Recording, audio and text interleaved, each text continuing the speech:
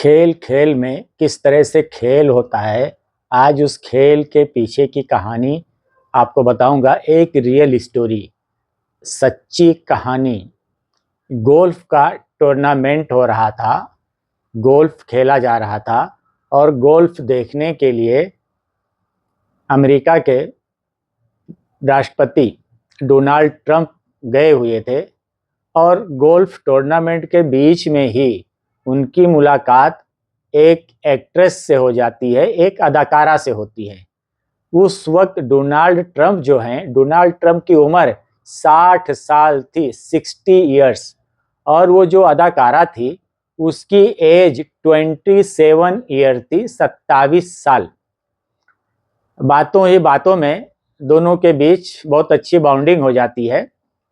Trump उस अदाकारा को लेकर अपने साथ अपने होटल जाते हैं और होटल जाने के बाद 60 साल का, हमारे इंडिया के हिसाब से अगर देखने जाएं तो उसे लोग बुढ़ा कहेंगे, 60 साल का, और 27 साल की एक्ट्रेस, उसको अपने होटल में लेके जाते हैं और उससे वादा करते हैं कि हम आपको टीवी शो दिलाएंगे।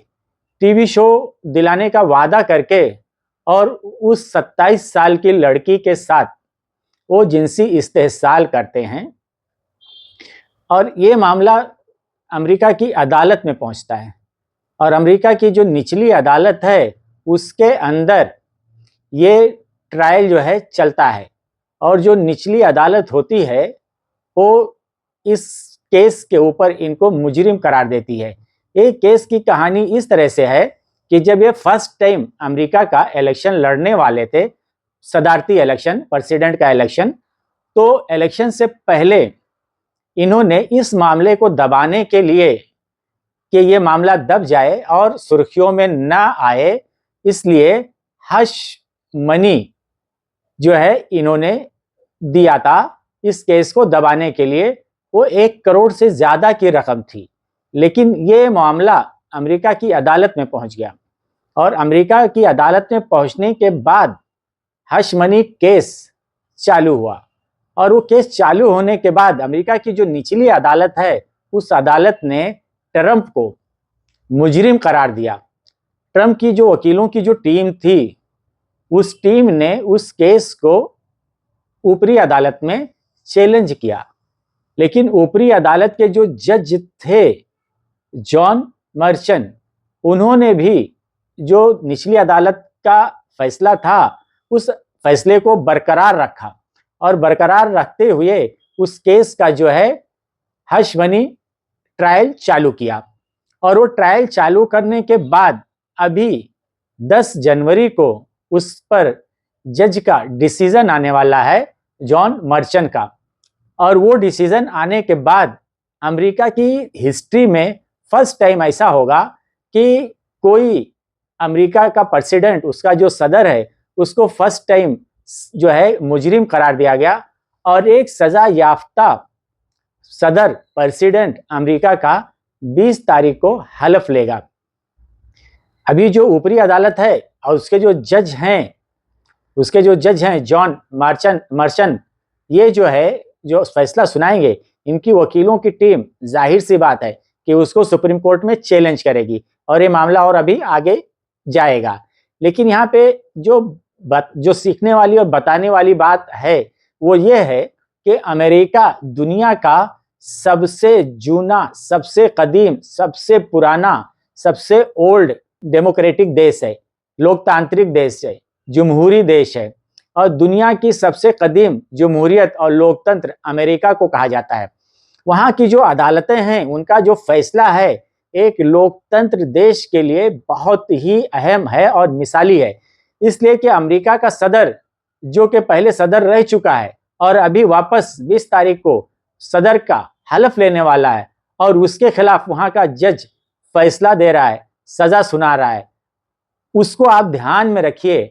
और हमारे देश की अदालतों को भी आप ध्यान में रखिए कि हमारे देश की जो अदालतें हैं, जो कोर्ट्स हैं, अदलिया है, उसका क्या रवैया है। क्या हम सोच सकते हैं कि हमारे देश की अदालतें किसी राष्ट्रपति को सजा दे सकें उनकी गलतियों पे, किसी प्रधानमंत्री को सजा दे सकें? उनकी गलतियों पे, किसी चीफ मिनिस्टर को, किसी मुख्यमंत्री को सजा दे सकती हैं उनकी गलतियों पे, किसी गवर्नर को उनकी गलतियों की सजा दे सकती हैं। ये हम सोच भी नहीं सकते हैं। हमारे यहाँ की जो अदालतें हैं, उन अदालतों को भी ये बहुत बड़ा सबक है उन अदालतों के लिए कि अमेरिका की अदालतें कितना फ्री, कितना आज़ाद और कितनी खुली हैं कि वहाँ पे कोई भी हो कानून की नज़र में बराबर है। वहाँ पे भेदभाव नहीं, आप किसी भी पोस्ट पे हो, लेकिन अगर कानून की गिरफ्त में आते हो तो कानून अपने हिसाब से डिसीजन लेगा, फैसला देगा। लेकिन हमारे यहाँ पे कुछ बेईमान, माफ कीजिए सख्त लफ्ज इस्तेमाल कर रहा हूं, कुछ बेईमान और नासनाश और फर्ज नासनाश कुछ वकला भी हैं अदालतों में, और कुछ अदालतों में जजेस भी हैं जो कि किसी एक थॉट को लेके, किसी एक नजरिए को लेके, किसी एक स्कूल ऑफ थॉट्स को लेके चलते हैं और वो उसी के हिसाब से फैसले देते हैं।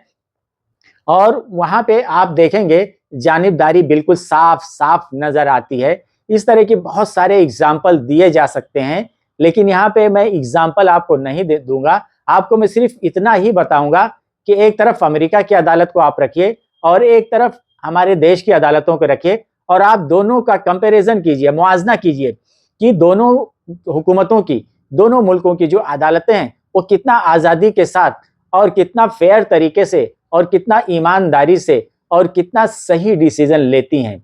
अभी जो आने वाला वक्त है 20 जनवरी का, ट्रंप हलफ लेने वाले हैं अमेरिका के प्रेसिडेंट के हिसाब से। अमेरिका की तारीख में यह पहली बार होने वाला है कि अमेरिका का कोई सदर है जिसको मुजरिम करार दिया हो किसी अदालत ने, अमेरिकी अदालत ने, और एक सजा याफ्ता जो सदर है वो अभी 20 जनवरी को अमेरिका का सदर का हलफ लेने वाला है। ये हलफ इसलिए वो लेगा कि उसके पास में एक मौका है कि वो ऊपर सुप्रीम कोर्ट जाए और जो उसको सजा दी गई है, जो मुजरिम ठहराया गया है, उसको या उसके ऊपर जो भी इल्जाम है सुप्रीम कोर्ट में वो चैलेंज करेंगे। उनकी वकला की जो टीम है, वकीलों की जो टीम है, अब सुप्रीम कोर्ट में क्या होगा वो तो आने वाला वक्त बताएगा।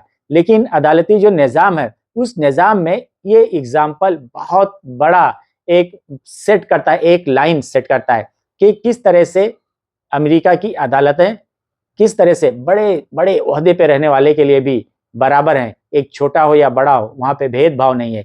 जिस तरीके से भेदभाव हमारे देश में होता है, और ये जो देश में हमारे भेदभाव होता है, ये लोकतंत्र के लिए और एक लोकतांत्रिक देश के लिए और लोकतांत्रिक देश में रहने वाली जनता के लिए बहुत ही हानिकारक है। बहुत बहुत धन्यवाद।